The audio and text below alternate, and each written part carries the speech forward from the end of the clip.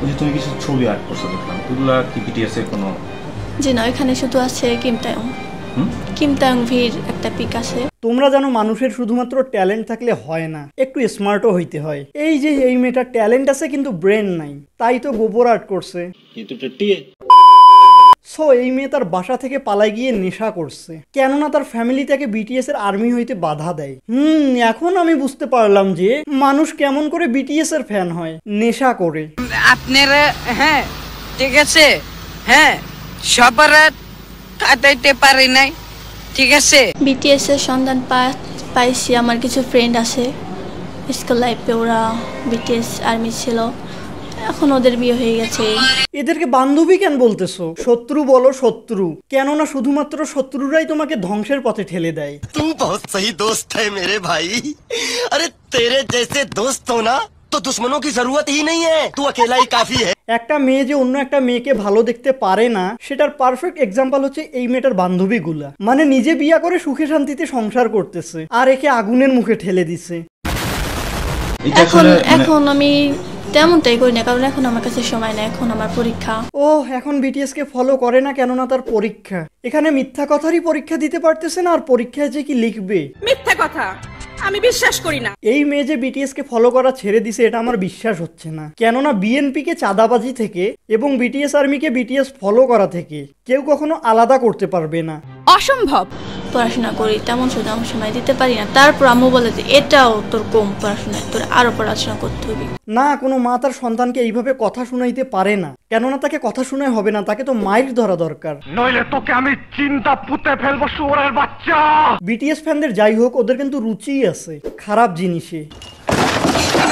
আম্মু বকাবকি করছে, মাঝে মাঝে এরকম করে, শুধু বিটিএস না নিলে পরে এটা বিটিএস করতো, তাদের এই কাজটা করলে। এর মা কিন্তু এটা একদমই ঠিক বলেনি। বিটিএস এর কোনো ফ্যানই তাদের সবকিছু ফলো করে না, কেননা বিটিএস এর সব মেম্বাররাই হচ্ছে বুদ্ধিমান, তারা বুদ্ধি খাটিয়ে কাজ করে, আর তাদের ফ্যানরা জীবনে একবারও মনে হয় তাদের ব্রেন ইউজ করে নাই।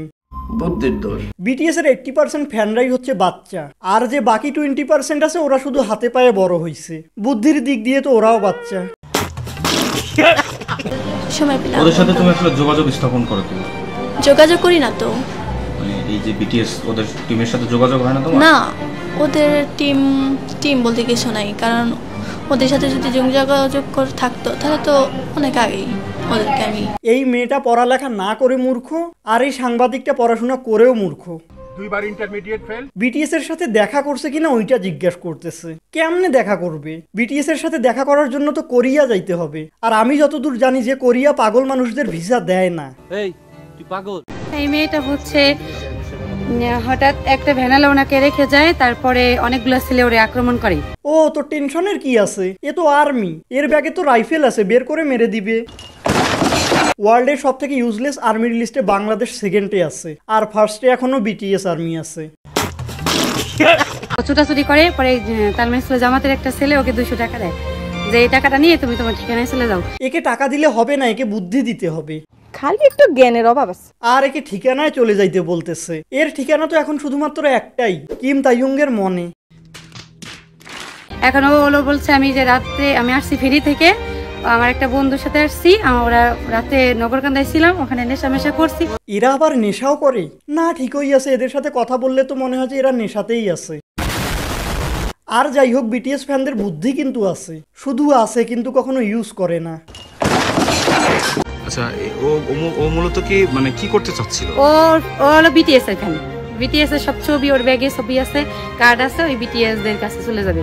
কেউ একে বুঝাও যে কোনো পাগল ছাগলকে বিটিএস এর নাড়ার টাইম নেই। আপনি পাগল।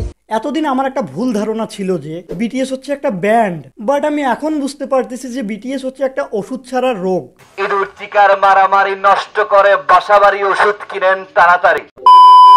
ওকে, সো ভিডিও ফিনিশড। এতদূর ভিডিওটা দেখে থাকলে লাইক, শেয়ার এন্ড সাবস্ক্রাইব করে ফেলো, এন্ড দেখা হবে অন্য কোনো ভিডিওতে।